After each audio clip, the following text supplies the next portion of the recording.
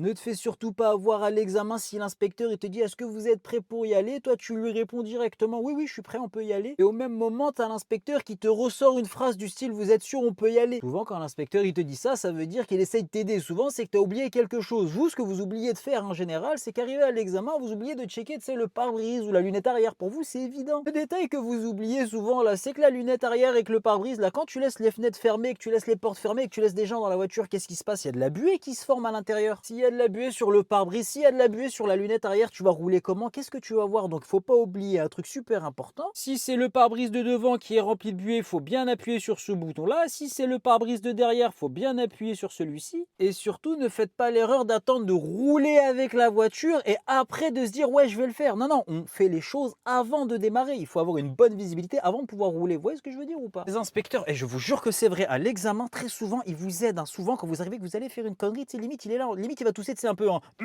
combien de fois j'ai vu des inspecteurs, je te jure que c'est vrai, ils sont là, l'élève va faire une dinguerie, l'inspecteur, tu sais, il le regarde en mode: «Tu sûr de ton truc là? T'es sûr que tu veux faire ça?» Franchement, l'élève, s'il est intelligent, par logique, il doit se dire: «Bon, l'inspecteur il me regarde mal, c'est qu'il y a peut-être un truc qui va pas là».